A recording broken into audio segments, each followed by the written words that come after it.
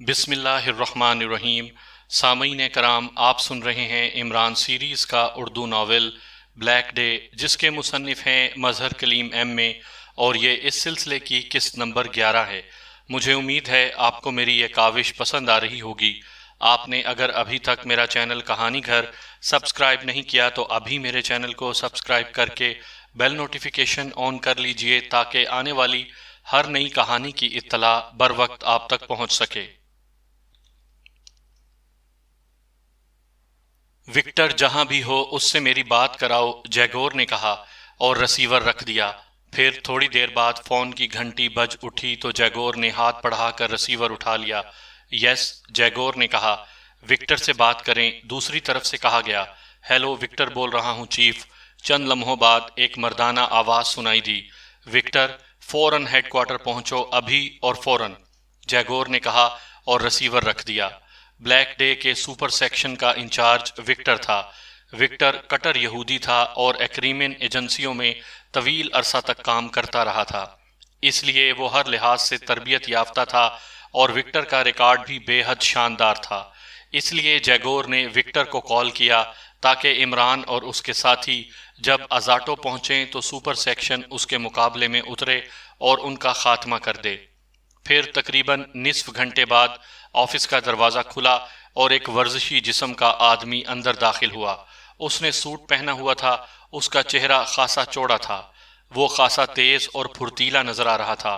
آؤ بیٹھو Victor, jaguar نے آنے والے کے سلام کا جواب دیتے ہوئے کہا۔ تمہارا پسندیدہ آدمی ہمارے خلاف کام کرنے یہاں پہنچ رہا ہے، جیگور نے کہا تو وکٹر بے اختیار چونک پڑا۔ میرا پسندیدہ آدمی اور ہمارے خلاف کام کرے گا؟ کیا مطلب باس؟ میں سمجھا نہیں باس، وکٹر نے حیران ہوتے ہوئے کہا۔ تمہیں بلیک ڈے مشن کا تو علم ہے، جسے پاکیشیا میں مکمل کر کے اس یہودی دشمن ملک کا ہمیشہ کے لیے خاتمہ کرنا ہے، جیگور نے کہا۔ یس باس، اور میں نے آپ سے درخواست کی تھی کہ اس مشن کا علم عمران کو نہیں ہونا چاہیے، وکٹر نے کہا، اور میں نے کہا تھا کہ جو چیز اس سے زیادہ چھپائی جائے وہ اتنی ہی زیادہ جلد اس سے واقف ہو جاتا ہے، اور ایسا ہی ہوا ہے، جیگور نے جواب دیا۔ کیا اسے معلوم ہو گیا ہے کہ بلیک ڈے تنظیم ہی اپنے اس ہم نام مشن پر کام کر رہی ہے؟ وکٹر نے کہا۔ نہ صرف اسے معلوم ہو چکا ہے بلکہ وہ اپنے ساتھیوں سمیت ازاٹو پہنچ رہا ہے، اور اس نے یہاں ایک رہائش گاہ، کاریں اور اسلحہ بھی ریزرو کروا لیا ہے، جیگور نے جواب دیتے ہوئے کہا۔ اوہ، کیسے؟ تفصیل بتائیں باس، وکٹر نے حیران ہوتے ہوئے کہا تو جیگور نے کارلس کی کال آنے سے لے کر گفتگو کی ٹیپ سننے تک تمام تفصیلات بتا دیں۔ ویری گڈ باس، اس کا مطلب ہے کہ موت انہیں یہاں لے آ رہی ہے۔ ویری گڈ، وکٹر نے مسرت بھرے لہجے میں کہا۔ ہاں، اسی لیے میں نے تمہیں کال کیا ہے کہ اس سے اچھا موقع نہیں مل سکتا۔ تم فوراً اس کوٹھی کو چیک کراؤ۔ اگر ابھی تک یہ لوگ وہاں نہیں پہنچے تو کوٹھی میں طاقتور وائرلیس بام اس طرح نصب کراؤ کہ عام حالات میں چیک نہ کیا جا سکے، اور جب یہ لوگ کوٹھی میں جائیں تو بم بلاسٹ کر دو، اور اگر یہ لوگ کوٹھی میں پہنچ چکے ہیں تو پھر میزائلوں کی فائرنگ کر دو اور کوٹھی کی اینٹ سے اینٹ بجا دو، جیگور نے کہا۔ یس باس، لیکن اس ہیڈ کوارٹر کے بارے میں تو انہیں علم نہیں ہے، وکٹر نے پوچھا۔ نہیں، صرف نام تک کا علم ہے اور اس سے زیادہ نہیں ہے۔ تم کیوں پوچھ رہے ہو؟ جیگور نے چونک کر کہا۔ عمران انتہائی شاطر آدمی ہے، وہ اکثر رہائش گاہ پر جاتا اس وقت ہے جب وہ اپنا مشن پورا کر لیتا ہے۔ اگر اسے ہیڈ کوارٹر کا علم ہے تو ہو سکتا ہے کہ وہ ازاٹو پہنچ کر سیدھا رہائش گاہ پہنچنے کے بجائے پہلے وہ یہاں پہنچ جائے اور پھر رہائش گاہ پر جائے، اس لیے پوچھ رہا تھا، وکٹر نے جواب دیتے ہوئے کہا۔ تم ٹھیک کہہ رہے ہو، وہ ایسا ہی شاطر آدمی ہے، لیکن گارڈ نے اسے ہیڈ کوارٹر کے بارے میں کچھ نہیں بتایا کیونکہ وہ ہیڈ کوارٹر کے بارے میں کچھ جانتا ہی نہ تھا، جیگور نے کہا۔ اوکے باس، مجھے اجازت دیں، میں نے عمران اور اس کے ساتھیوں کی موت کے لیے فول پروف ٹریپ بچھانا ہے، وکٹر نے اٹھتے ہوئے کہا۔ ہاں، مجھے ساتھ ساتھ رپورٹ ضرور دیتے رہنا، جیگور نے کہا۔ یس باس، وکٹر نے کہا اور مڑ کر بیرونی دروازے کی طرف بڑھتا چلا گیا۔ ازاٹو شہر کی فراخ سڑکوں پر دو ٹیکسیاں ایک دوسرے کے آگے پیچھے دوڑتی ہوئی تیزی سے آگے بڑھی چلی جا رہی تھیں۔ پہلی ٹیکسی کی سائیڈ سیٹ پر عمران اور عقبی سیٹ پر خاور اور چوہان بیٹھے ہوئے تھے، جبکہ عقب میں آنے والی ٹیکسی کی سائیڈ سیٹ پر صدیقی اور عقبی سیٹ پر نعمانی بیٹھا ہوا تھا۔ وہ ایئرپورٹ سے ڈان کالونی کی طرف بڑھے چلے جا رہے تھے۔ عمران نے ڈان کالونی کی ایک کوٹھی یہاں کے ایک آدمی گارڈ سے حاصل کی تھی۔ کچھ دیر بعد ٹیکسیاں ایک رہائشی کالونی میں داخل ہو گئیں تو عمران سمجھ گیا کہ یہی ڈان کالونی ہے۔ یہی ڈان کالونی ہے؟ عمران نے ڈرائیور سے مخاطب ہو کر پوچھا۔ یس سر، ڈرائیور نے اثبات میں سر ہلاتے ہوئے کہا، اور پھر ایک درمیانے سائز کی کوٹھی کے بند گیٹ کے سامنے پہنچ کر ٹیکسی رک گئی۔ عمران نے ایک نظر کوٹھی کی طرف دیکھا اور پھر دروازہ کھول کر نیچے اتر آیا۔ عقبی سیٹ پر موجود خاور اور چوہان بھی نیچے اتر آئے۔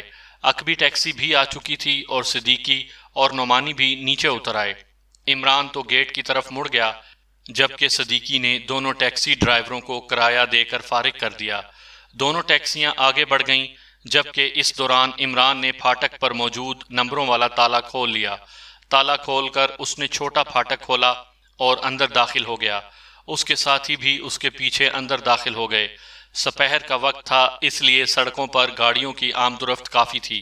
عمران نے چونکہ یہاں کے لیے روانہ ہونے سے پہلے انہیں باقاعدہ بریف کیا تھا کہ انہوں نے نہ اپنے اصل نام یا عمران کا نام گفتگو میں لینا ہے، اور نہ ہی کوئی پاک ایشیائی لفظ منہ سے نکالنا ہے، اور نہ ہی پاک ایشیا کا نام لینا ہے، کیونکہ عمران کو معلوم تھا کہ اس جدید دور میں ایکریمیا اور یورپ میں ایسی کئی پارٹیاں کام کر رہی ہیں جو پورے شہر میں باہر سے آنے والی فون کالز یا یہاں سے آنے والی فون کالز کو چیک کرتی ہیں، اور ولنگٹن اور ناراک میں تو ایسی پارٹیاں بھی ہیں جو بغیر فون کال کے آپس میں ہونے والی بات چیت کو ٹیپ کر کے چیک کر لیتی ہیں۔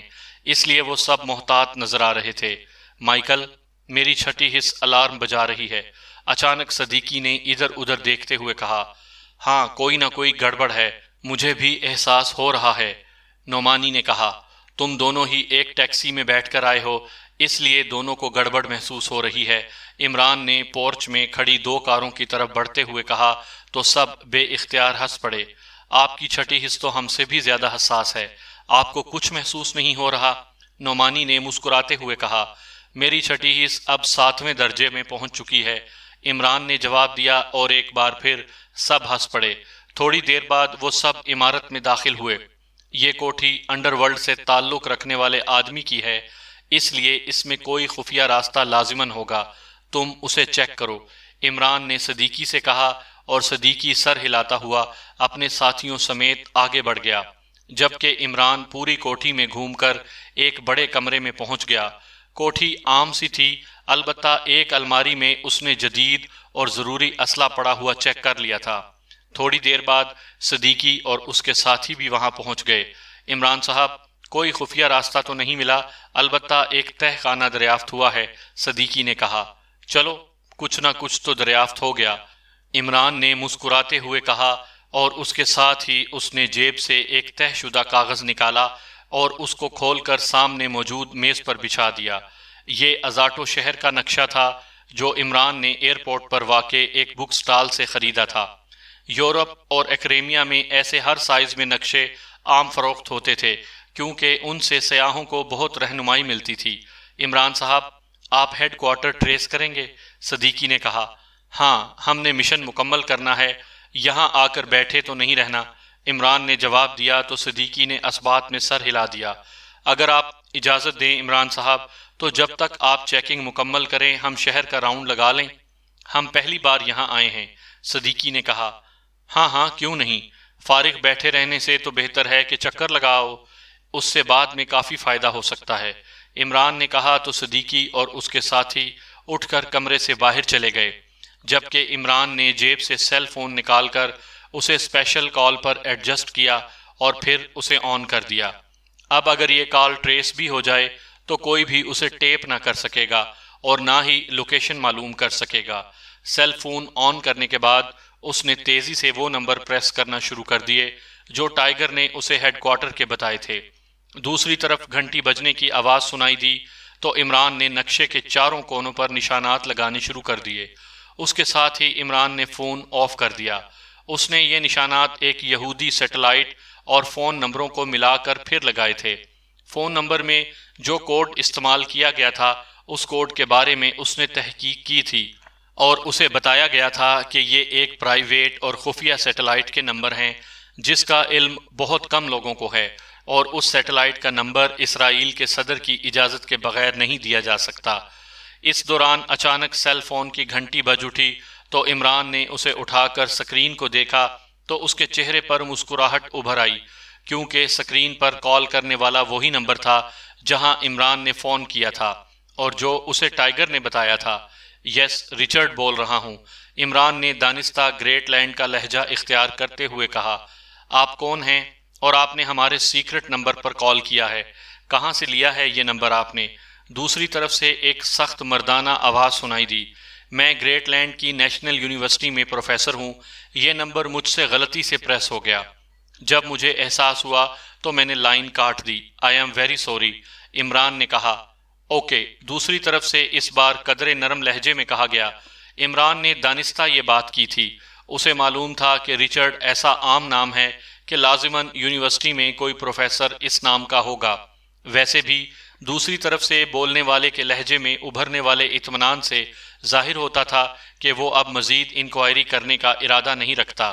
عمران نقشے اور ساتھ موجود سفید کاغذ پر ہندسے سے لکھ لکھ کر انہیں ضرب تقسیم کرنے میں مصروف تھا۔ کافی دیر بعد اس نے نقشے پر کراس لکیریں لگائیں اور پھر نقشے پر جھک گیا۔ ایک جگہ اس نے دائرہ لگایا، یہاں تمام لائنیں ایک دوسرے کو کراس کر رہی تھیں۔ اس کا مطلب تھا کہ جہاں عمران نے دائرہ لگایا تھا اور جہاں سے عمران کو کال بیک کی گئی تھی وہ یہی جگہ تھی۔ عمران نے جھک کر دائرے کے اندر غور سے دیکھا۔ اس علاقے کا نام کارلٹن تھا۔ یہ ملا جلا علاقہ تھا، رہائش گاہیں بھی تھیں اور بڑی بڑی شاپس بھی۔ عمران نے جہاں لائن کراس کی تھی اس جگہ کو نقشے پر مزید غور سے دیکھا تو وہ بے اختیار چونک پڑا، کیونکہ وہ جگہ کاروں کا گیراج تھا جہاں کاروں کی مرمت کی جاتی تھی۔ وہاں کارلٹن گیراج کے الفاظ بھی لکھے ہوئے تھے۔ عمران نے ریسیور اٹھایا اور نمبر پریس کرنے شروع کر دیے۔ Inquiry please. رابطہ ہوتے ہی ایک نسوانی آواز سنائی دی۔ کارلٹن روڈ پر کارلٹن گیراج ہے، اس کا نمبر دیں۔ عمران نے کہا، سوری سر، گیراج تو طویل عرصہ سے بند ہے اور وہاں کا نمبر کٹ چکا ہے، دوسری طرف سے کہا گیا، اور اس کے ساتھ ہی رابطہ ختم ہو گیا تو عمران نے ایک طویل سانس لیتے ہوئے ریسیور رکھ دیا۔ اسے پہلے سے خدشہ تھا کیونکہ گیراج جیسی چھوٹی جگہ میں ہیڈ کوارٹر نہیں ہو سکتا۔ یقیناً یہاں فون کی ڈاجنگ مشین لگی ہوئی ہوگی، فون وصول یہاں ہوتا ہوگا اور پھر آگے کسی نامعلوم مقام پر شفٹ ہو جاتا تھا۔ اس طرح فون نمبر سے ہیڈ کوارٹر معلوم کرنا ناممکن بنا دیا گیا تھا۔ عمران نے کرسی سے پشت لگائی اور آنکھیں بند کر کے سوچ میں پڑ گیا کہ اب مزید کیا کیا جا سکتا ہے، اور آخرکار اس کے ذہن میں یہی خیال آیا کہ بلیک ڈے کے کسی آدمی کو پکڑ کر اس سے ہیڈ کوارٹر کے بارے میں معلومات حاصل کی جائیں، پھر ہی آگے بڑھا جا سکتا ہے۔ لیکن ایسا آدمی کہاں ہے اور کس طرح ٹریس کیا جائے؟ وہ اس بارے میں سوچ ہی رہا تھا کہ دور سے کار کے ہارن کی آواز سنائی دی تو وہ سمجھ گیا کہ صدیقی اور اس کے ساتھی شہر کا راؤنڈ لگا کر واپس آئے ہیں۔ وہ چونکہ کام کرتے کرتے ذہنی طور پر تھک گیا تھا، اس لیے اٹھ کر وہ ویسے ہی کمرے کے بیرونی دروازے کی طرف بڑھنے لگا۔ اس نے دروازہ کھولا اور باہر برآمدے میں نکل آیا تھا کہ کچھ تازہ ہوا لے کر اپنے آپ کو فریش کر سکے۔ اس نے دیکھا کہ خاور پھاٹک کھولنے میں مصروف تھا، اور پھر ایک کار اندر آئی اور پورچ کی طرف بڑھتی چلی گئی، جبکہ خاور نے پھاٹک بند کر دیا۔ تھوڑی دیر بعد صدیقی اور اس کے ساتھی برآمدے کی طرف آتے دکھائی دیے۔ مسٹر مائیکل، آپ یہاں برآمدے میں؟ صدیقی نے برآمدے میں داخل ہوتے ہوئے عمران سے مخاطب ہو کر کہا۔ انتظار کا واقعی اپنا مزہ ہوتا ہے، عمران نے مسکراتے ہوئے کہا تو سب بے اختیار ہنس پڑے۔ آپ کامیاب ہوئے اس نقشے والے کام میں؟ صدیقی نے آگے کی طرف بڑھتے ہوئے کہا۔ نہیں، عمران نے مڑتے ہوئے کہا، لیکن دوسرے لمحے وہ بے اختیار اچھل پڑا۔ میزائل فائرنگ، تہ خانے میں بھاگو، عمران نے چیخ کر کہا، اور اس کی آواز کے ساتھ ہی اس کے سارے تربیت یافتہ ساتھی بغیر کوئی وقت ضائع کیے بجلی کی سی تیزی سے درمیانی راہداری میں بھاگتے ہوئے آگے بڑھے، اور پھر سیڑھیاں اتر کر وہ ایک دیوار کے سامنے پہنچ گئے۔ اسی لمحے خوفناک دھماکوں کی آوازیں انہیں اپنے عقب میں سنائی دیں۔ میزائل برآمدے سے کچھ پہلے گرے تھے، لیکن اس دوران صدیقی تہ خانے کا راستہ کھول چکا تھا اور وہ سب اندر داخل ہو گئے۔ صدیقی نے دروازہ بند کر دیا۔ اسی لمحے جیسے خوفناک دھماکے انہیں اپنے سروں پر ہوتے سنائی دیے۔ ادھر آؤ، ادھر خفیہ راستہ ہے، عمران نے چیختے ہوئے کہا اور آگے بڑھ گیا۔ اس کے ساتھی بھی اس کے پیچھے دوڑ پڑے۔ ایک بار پھر خوفناک دھماکے ہوئے اور ان سب کو ایسے محسوس ہوا جیسے اس بار میزائل ان کے سروں پر پھٹ پڑے ہوں۔ دو کاریں ایک دوسرے کے پیچھے دوڑتی ہوئی ڈان کالونی میں داخل ہوئیں۔ یہ ازاٹو شہر کے متوسط طبقے کی کالونی تھی۔ یہاں بڑے سائز کی کوٹھیاں کم اور متوسط سائز کی کوٹھیوں کی تعداد زیادہ تھی۔ دونوں کاریں کچھ دیر بعد سڑک کے کنارے بنی ہوئی پبلک پارکنگ میں مڑ گئیں۔ پارکنگ چونکہ خالی پڑی ہوئی تھی اس لیے وہاں کاریں پارک کرنے کے لیے کھلی اور وافر جگہ موجود تھی، اس لیے وہاں دونوں کاریں مڑ کر اندر گئیں۔ اب ان کا رخ سڑک کی طرف تھا۔ آگے والی کار کی ڈرائیونگ سیٹ پر وکٹر تھا، جبکہ عقبی کار میں اس کے 4 ساتھی تھے۔ یہ چاروں ہی سپر سیکشن کے انتہائی تربیت یافتہ افراد تھے۔ باس، یہاں سے قریب ہی پولیس اسپاٹ ہے، اس لیے میزائل فائرنگ ہوتے ہی پولیس چند منٹوں میں یہاں پہنچ جائے گی۔ پھر ہمیں کیا کرنا ہوگا؟ وکٹر کے ایک ساتھی نے وکٹر سے مخاطب ہو کر کہا۔ میزائل فائرنگ کر کے ہم آگے نکل جائیں گے اور پھر ایک لمبا چکر کاٹ کر بطور تماش بین واپس آ جائیں گے، پھر ہم پر کوئی شک نہ کرے گا، وکٹر نے کہا، اور سب نے اسبات میں سر ہلا دیے۔ پہلے یہ تو چیک کریں کہ اندر کوئی موجود بھی ہے یا نہیں۔ ایلفرڈ، تم کراس ریکس گاڑی سے نکالو اور اسے کوٹھی کے اندر فائر کر دو اور اس کا ریسیور مجھے دے دو۔ وکٹر نے کہا تو اس کا ایک ساتھی دوسری کار کی طرف دوڑ پڑا۔ اس نے کار کا سائیڈ دروازہ کھولا اور سائیڈ سیٹ اٹھا کر نیچے موجود باکس میں سے ایک موبائل فون کی طرح کا ریسیور اٹھایا اور ساتھ ہی ایک سیاہ رنگ کا کیپسول اور سیاہ رنگ کا ایک چھوٹا سا مخصوص انداز کا پسٹل اٹھایا۔ سیٹ بند کی اور پھر کار کا دروازہ بند کر کے وہ مڑا اور پھر اس نے موبائل نما ریسیور وکٹر کی طرف بڑھا دیا اور کیپسول کو پسٹل میں لوڈ کر کے اس نے پسٹل کو جیب میں ڈالا اور آگے بڑھ گیا۔ سڑک کراس کر کے وہ اس کوٹھی کی طرف بڑھ گیا جس کی وہ چیکنگ کر رہے تھے۔ سائیڈ روڈ سے گزرتے ہوئے ایلفرڈ نے جیب سے پسٹل نکالا اور ہاتھ اٹھا کر اندر کیپسول فائر کر دیا۔ اسے معلوم تھا کہ کیپسول کے اندر موجود چھوٹی سی مشینری چند لمحوں میں پوری کوٹھی میں نہ نظر آنے والی ریز فائر کرنا شروع کر دے گی اور یہ ریز کوٹھی میں موجود زندہ افراد کو ریسیور پر خاکے کی صورت میں دکھانا شروع کر دے گی، اور جب تک کیپسول کے اندر موجود مشینری کو توڑ نہیں دیا جائے گا وہ اپنا کام کرتی رہے گی۔ اور چونکہ اسے بنایا اس انداز میں گیا تھا کہ اسے پسٹل سے فائر کیا جائے تو وہ کسی دیوار کے ساتھ چپک جائے، چنانچہ اس کا عام حالات میں نظر آنا بھی مشکل ہوتا تھا۔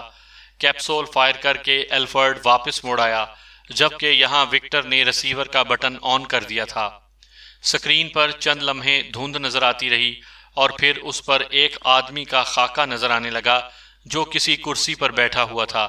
اندر تو ایک آدمی ہے، شاید یہ ملازم ہے، ہمیں انتظار کرنا ہوگا، وکٹر نے کہا اور پھر واپس جا کر کار میں بیٹھ گیا۔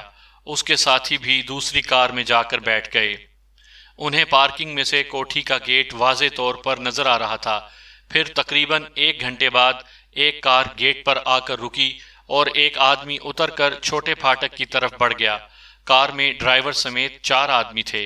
ایک آدمی نے اتر کر چھوٹا پھاٹک کھولا اور اندر چلا گیا۔ پھر کار سٹارٹ ہوئی اور بڑا گیٹ کھلنے پر اندر داخل ہو گئی، جبکہ پہلے جو آدمی کرسی پر بیٹھا نظر آ رہا تھا وہ بھی اٹھ کر حرکت میں آ گیا تھا۔ اب اندر 5 افراد ہیں اور ان کے قد و قامت بتا رہے ہیں کہ یہی عمران اور اس کے ساتھی ہیں۔ اب اٹیک کر دینا چاہیے، وکٹر نے کہا اور کار سے اتر کر اس نے اشارہ کیا تو دوسری کار میں سے اس کے 4 ساتھی بھی باہر آ گئے۔ میزائل گنیں اٹھاؤ اور ہم نے 4 میزائل پہلے عمارت کے بیرونی حصے میں اور پھر اندرونی طرف فائر کرنے ہیں۔ پھر ہم آگے جائیں گے جہاں عمارت ختم ہوگی، وہاں گنے اندر پھینک کر ہم آگے نکل جائیں گے اور پھر لمبا چکر کاٹ کر واپس آئیں گے، وکٹر نے کہا تو سب نے اسبات میں سر ہلا دیے۔ وکٹر نے اپنی کار میں سے میزائل گن نکالی اور اسے کوٹ کی اندرونی طرف کر کے چھپا لیا۔ اس کے ساتھیوں نے بھی گنے کار میں سے اٹھا کر انہیں کوٹ کے اندر چھپا لیا۔ پھر وہ سب تیز تیز قدم اٹھاتے سڑک کراس کر کے کوٹھی کی سائیڈ روڈ پر آگے بڑھ گئے۔ گنے نکالو اور فائر کر دو، اور اس طرح فائر کرتے ہوئے آگے بڑھ جاؤ۔ وکٹر نے کہا، اور اس کے ساتھ ہی ان سب نے گنے نکال کر فائر کھول دیا اور تیزی سے دوڑتے ہوئے آگے بڑھ گئے اور وقفے وقفے سے میزائل اندر فائر کرتے چلے گئے۔ خوفناک دھماکوں سے علاقہ گونج اٹھا۔ آخر میں انہوں نے گنے بھی اندر پھینک دیں اور تیزی سے سائیڈ روڈ پر مڑ گئے۔ دھماکے ابھی تک ہو رہے تھے اور اب گرد کا جیسے طوفان پھیل کر ارد گرد کے علاقے میں چھا رہا تھا۔ وہ سب تیزی سے دوڑتے ہوئے مختلف گلیوں میں مڑتے رہے، لیکن علیحدہ علیحدہ، تاکہ ان پر شک نہ کیا جا سکے۔ پولیس کاروں کے سائرن اب سنائی دے رہے تھے۔ وکٹر ایک سڑک کی سائیڈ پر موجود فٹ پاتھ پر چلتا ہوا آگے بڑھا چلا جا رہا تھا۔ اس کے چہرے پر اطمینان کے تاثرات تھے، کیونکہ 5 افراد اندر موجود تھے اور ان 5 کے ٹکڑے اڑ گئے ہوں گے۔ کافی دیر تک پولیس کاروں کے سائرن سنائی دیتے رہے اور پھر خاموشی طاری ہو گئی۔ وکٹر فوراً موقع پر نہ جانا چاہتا تھا، اس لیے وہ اطمینان سے ادھر ادھر گھومتا رہا۔ پھر ایک لمبا چکر کاٹ کر وہ پارکنگ کی عقبی طرف سے وہاں پہنچا تو پوری کوٹھی مکمل طور پر تباہ ہو چکی تھی، جبکہ سائیڈوں پر اور عقبی طرف موجود کوٹھیاں بھی کافی حد تک تباہ ہو گئی تھیں۔ پولیس وہاں کے علاوہ ایمبولنس اور ملبہ ہٹانے والی مشینری بھی موجود تھیں، اور کافی لوگ جن میں عورتیں اور مرد شامل تھے وہاں موجود تھے۔ وکٹر نے اندرونی جیب سے ایک کارڈ نکالا اور اسے ہاتھ میں پکڑے ایک پولیس آفیسر کی طرف بڑھ گیا۔ پریس، یہاں کیا ہوا ہے؟ کتنے افراد زخمی یا ہلاک ہو گئے ہیں؟ وکٹر نے کارڈ پولیس آفیسر کی طرف بڑھاتے ہوئے کہا۔ ابھی تک تو کوئی آدمی یا اس کا کوئی حصہ نہیں ملا، ابھی کام ہو رہا ہے، پولیس آفیسر نے کہا تو وکٹر سر ہلاتا ہوا پیچھے ہٹ گیا۔ ملبہ اٹھانے والی مشینری کام کر رہی تھی، لوگ آ جا رہے تھے، لیکن وکٹر وہیں کھڑا تھا۔ اس کے چہرے پر تعجب کے تاثرات ابھر آئے، کیونکہ وہ کنفرم تھا کہ کوٹھی میں 5 افراد موجود تھے، اور جس طرح اچانک میزائل فائر ہوئے ہیں وہ کسی صورت بھی بچ کر نہ نکل سکتے تھے۔ اس کے باوجود ان کی لاشیں نہیں مل رہی تھیں۔ یہ اس کے لیے انتہائی حیرت انگیز بات تھی، جس پر اسے یقین نہ آ رہا تھا، لیکن صورتحال اس کی آنکھوں کے سامنے تھی۔ ملبہ ہٹانے سے ایک تہہ خانہ بھی سامنے آیا تھا، جس میں ایک خفیہ راستہ بھی تھا، لیکن یہ راستہ بھی مندہم ہو چکا تھا اور پھر اعلان کیا گیا کہ کوٹھی خالی تھی، اس لیے کوئی جانی نقصان نہیں ہوا، کوئی لاش برآمد نہیں ہوئی۔ اس کے بعد وہاں کھڑے لوگ واپس جانے لگے تو وکٹر بھی مڑا اور پارکنگ میں آ گیا۔ یہاں اس کے ساتھی موجود تھے۔ تم واپس جاؤ، میں ہیڈ کوارٹر جا رہا ہوں چیف کو رپورٹ دینے، وکٹر نے اپنے ساتھیوں سے کہا اور اپنی کار میں بیٹھنے لگا۔ باس، وہ لوگ آخر کہاں گئے؟ ایلفرڈ نے حیرت بھرے لہجے میں کہا۔ مجھے خود سمجھ نہیں آ رہی کہ وہ لوگ کہاں غائب ہو گئے۔ بہرحال وہ کسی نہ کسی طرح نکل جانے میں کامیاب ہو گئے ہیں۔ میں چیف کو رپورٹ دے کر واپس سیکشن ہیڈ کوارٹر آؤں گا، اور پھر مل کر ان کو تلاش کرنے کے لیے پلاننگ بنائیں گے۔ فی الحال تم واپس جاؤ، وکٹر نے کہا تو اس کے ساتھی سر ہلاتے ہوئے سائیڈ پر کھڑی کار کی طرف بڑھ گئے، جبکہ وکٹر اپنی کار میں بیٹھا اور کار پارکنگ سے باہر نکل کر اور تیزی سے آگے بڑھنے لگی۔ وہ مسلسل یہی سوچ رہا تھا کہ چیف کو کیا بتائے گا کہ عمران اور اس کے ساتھی جنات تھے جو اچانک غائب ہو گئے، لیکن اس نے تو یہ منظر اپنی آنکھوں سے دیکھا تھا، اس لیے وہ کیا کر سکتا تھا؟ جو حقیقت تھی وہی بتا سکتا تھا۔ 1-2 بار اسے خیال آیا کہ فون پر چیف کو رپورٹ دے دے، لیکن اسے معلوم تھا کہ چیف کو آسانی سے یقین نہیں آئے گا، اس لیے وہ کال کرنے کا ارادہ مسترد کر کے ہیڈ کوارٹر کی طرف جا رہا تھا۔ عمران اور اس کے ساتھی دوڑتے ہوئے اس خفیہ راستے سے آگے بڑھے چلے جا رہے تھے۔ دھماکے ان کی پشت پر بلکہ ان کے سروں پر ہو رہے تھے، انتہائی خوفناک دھماکے، لیکن وہ مسلسل تیزی سے دوڑے چلے جا رہے تھے۔ پھر وہ راستہ ایک دیوار سے بند نظر آیا تو عمران نے دیوار کی جڑ میں پیر مارا تو سٹک کی آواز سے دیوار درمیان سے پھٹ کر دونوں سائیڈوں میں غائب ہو گئی، اور عمران اور اس کے ساتھی جیسے ہی باہر آئے تو عمران نے ایک بار پھر تقریباً اسی جگہ لیکن بیرونی سمت پیر مارا تو سٹک کی آواز کے ساتھ ہی دیوار برابر ہو گئی۔ سامنے سڑک پار ایک کوٹھی تھی اور کوٹھی کو کرائے پر دینے کا بورڈ نظر آ رہا تھا۔ یہ کوٹھی خالی ہے، آؤ، عمران نے کہا اور دوڑتا ہوا سڑک کراس کر کے دوسری طرف پہنچ گیا۔ دھماکے اب بھی ہو رہے تھے، لیکن یوں لگ رہا تھا جیسے خطرناک اسلحہ مسلسل پھٹ رہا ہو، اور عمران سمجھ گیا کہ یہ وہی اسلحہ ہے جو اندر ایک الماری میں موجود تھا۔ کوٹھی کے ارد گرد کا پورا علاقہ گرد کے بادل میں چھپ گیا تھا۔ پولیس کاروں کے سائرن دور سے آتے سنائی دے رہے تھے۔ تھوڑی دیر بعد عمران اور اس کے ساتھی اس خالی کوٹھی میں داخل ہو چکے تھے۔ انہوں نے کرائے کے لیے خالی ہے کا بورڈ اتار دیا تھا تاکہ کسی کو شک نہ پڑ سکے۔ یہ سب کیسے ہوا مسٹر مائیکل؟ صدیقی نے انتہائی حیرت بھرے لہجے میں کہا۔ جیسے بھی ہوا اللہ تعالیٰ کی خصوصی رحمت ہو گئی، ورنہ اس بار بچ نکلنے کا کوئی سکوپ ہی نہ تھا۔ اگر کوٹھی میں وہ تہہ خانہ اور خفیہ راستہ نہ ہوتا تو ہماری لاشیں اب تک سامنے پڑی نظر آ رہی ہوتیں، عمران نے جواب دیتے ہوئے کہا۔ میرا خیال ہے مسٹر مائیکل کہ آپ نے جس سے کوٹھی لی تھی اس نے یا اس کے کسی آدمی نے لیکیج کی ہے، صدیقی نے کہا، لیکن میرا خیال ہے کہ کوئی اور چکر چلا ہے۔ بہرحال اب ہمیں کوئی دوسری رہائش گاہ تلاش کرنی ہے اور ہیڈ کوارٹر کا کوئی آدمی بھی، عمران نے کہا، اور پھر وہ ایک جھٹکے سے اٹھ کھڑا ہوا۔ کیا ہوا؟ اسے اس انداز میں اٹھتے دیکھ کر صدیقی نے کہا، حملہ آوروں میں سے کوئی نہ کوئی وہاں موجود ہوگا تاکہ معلوم کر سکے کہ ان کا مشن کامیاب ہوا ہے یا نہیں، اور ہمیں اسے گھیرنا ہے تاکہ ہیڈ کوارٹر کے بارے میں معلومات مل سکیں، ورنہ ہم پورے شہر میں کیسے اسے تلاش کریں گے؟ عمران نے کہا تو سب بے اختیار اٹھ کھڑے ہوئے۔ ہم نے علیحدہ علیحدہ وہاں پہنچنا ہے، جلدی کرو، چلو، عمران نے کہا، اور پھر وہ خود پھاٹک کی طرف بڑھنے لگا۔ کوٹھی سے باہر آ کر وہ چکر کاٹ کر چلتا ہوا اس کوٹھی کے فرنٹ کی طرف جانے لگا جسے تباہ کیا گیا تھا۔ وہاں پولیس کے علاوہ 2 ایمبولنس گاڑیاں بھی موجود تھیں اور 2 بڑی مشینیں کوٹھی کا ملبہ ہٹانے میں مصروف تھیں۔ کافی لوگ وہاں اکٹھے تھے۔ عمران ایک طرف کھڑا ہو کر وہاں موجود لوگوں کو بغور دیکھ رہا تھا کہ ایک آدمی پر نظر پڑتے ہی وہ بے اختیار چونک پڑا، کیونکہ چہرہ اس کی یادداشت میں کہیں موجود تھا، لیکن وہ اسے شناخت نہ کر پا رہا تھا۔ اسے اتنا یاد تھا کہ یہ آدمی کسی ایکریمین ایجنسی میں کام کرتا رہا ہے، لیکن اس کا نام اس کی یادداشت کی گرفت میں نہ آ رہا تھا۔ وہ آدمی پولیس آفیسر کے ساتھ کھڑا باتیں کر رہا تھا۔ عمران چونکہ میک اپ میں تھا اس لیے اسے پہچانے جانے کا خدشہ نہ تھا۔ پھر عمران نے اس آدمی کو پیچھے ہٹ کر ساتھ ہی موجود پارکنگ میں جاتے ہوئے دیکھا۔ وہاں 4 افراد موجود تھے۔ عمران پیچھے ہٹا اور پارکنگ سے ملحقہ ایک درخت کے چوڑے تنے کے پیچھے کھڑا ہو گیا۔ وہ ان کے درمیان ہونے والی بات چیت سننا چاہتا تھا، اور پھر تھوڑی دیر بعد وہ جان گیا کہ یہی اس کے مطلوبہ آدمی ہیں، کیونکہ کوٹھی میں میزائل انہوں نے ہی فائر کیے تھے، اور اب یہ اس لیے پریشان تھے کہ کوٹھی تباہ ہو جانے کے باوجود ملبے سے کوئی لاش نہ ملی تھی۔ جس آدمی کو عمران نے شناخت کیا تھا وہ ان کا باس تھا، اور سپر سیکشن ہیڈ کوارٹر کے ساتھ ساتھ ہیڈ کوارٹر کا نام بھی لیا جا رہا تھا۔ وہ آدمی باقی لوگوں کو سیکشن ہیڈ کوارٹر جانے کا کہہ کر خود ہیڈ کوارٹر جانے کی بات کر رہا تھا۔